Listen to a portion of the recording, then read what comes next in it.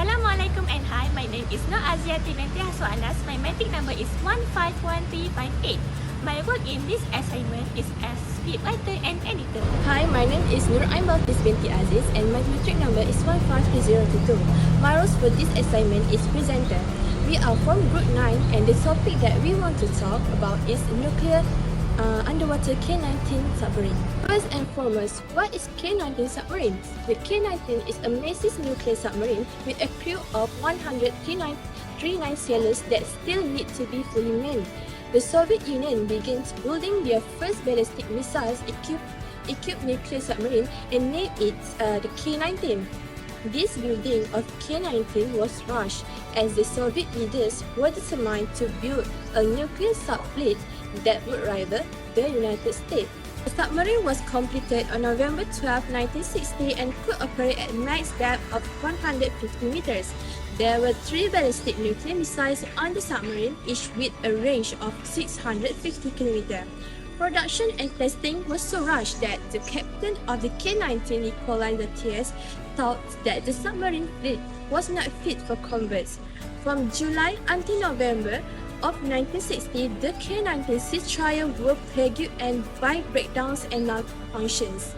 However, on June 18, 1961, the K-19 departed on its first mission as U.S. attacker in the Atlantic Oceans. Everyone on board suspected something was wrong with the sub as it sailed for a month-long war game. So the journey began but not on a good note.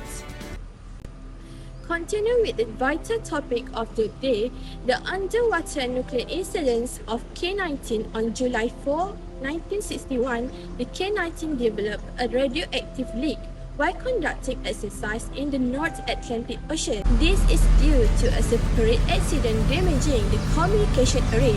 The submarine couldn't contact Moscow and request assistance. There was no call for help. The nuclear reactor core temperature rose and eventually the temperature gauge stopped working as the temperature inside the reactor increased beyond the gauge measuring capacity. However, the person in charge of the cells did not report the incidents to his superior, so the repair was not performed. The leak was in a pipe regulating the pressure within the primary cooling circuit, causing a sudden pressure to drop, which set off the reactor emergency system. The drop led to the reactor water boiling, and the temperature of the reactor room reached at least 140 degrees Celsius before a fire was ignited in the room. Since the K-19 had been launched hastily, it was not equipped with a backup cooling system to stop the reactor from overheating. Without cooling, this will be causing a meltdown of the nuclear reactor. Making a drastic decision, the captains and his other officers decided to get water into the reactor pressure vessels to cool the core. The captain ordered his engineers to fabricate new cooling lines from the air vents and water piping. Unfortunately, this meant that the engineers were exposed to high radiation for extended periods. Everyone involved knew it was a suicide mission, but it had to be done. About an hour, the crew fixed the piping and successfully reduced the temperature in the reactor. This accident released radioactive steam containing fission products drawn into the ship's ventilation system and spread to other compartments. Instead of continuing the mission's planned routes, the captain decided to head south to meet diesel-powered submarines expected to be there, and the K-19 was towed home to base on Kola Peninsula. After all the hardness, the entire crew was irradiated as was most of the ship and some of the ballistic missiles on board.